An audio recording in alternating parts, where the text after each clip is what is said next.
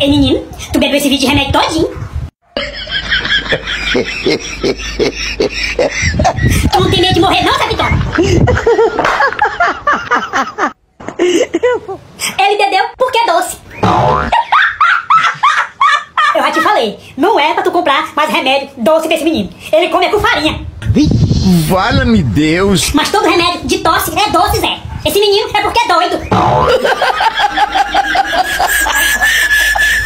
Por que tu bebeu esse vídeo de remédio todinho, Zé Piton? Mas mãe, tava gostoso. Que gostoso, menino? Tu não tá vendo que isso aqui é remédio? Tu quer morrer?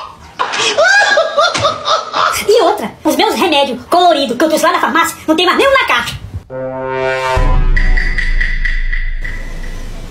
Foi tu, né, Zé Piton?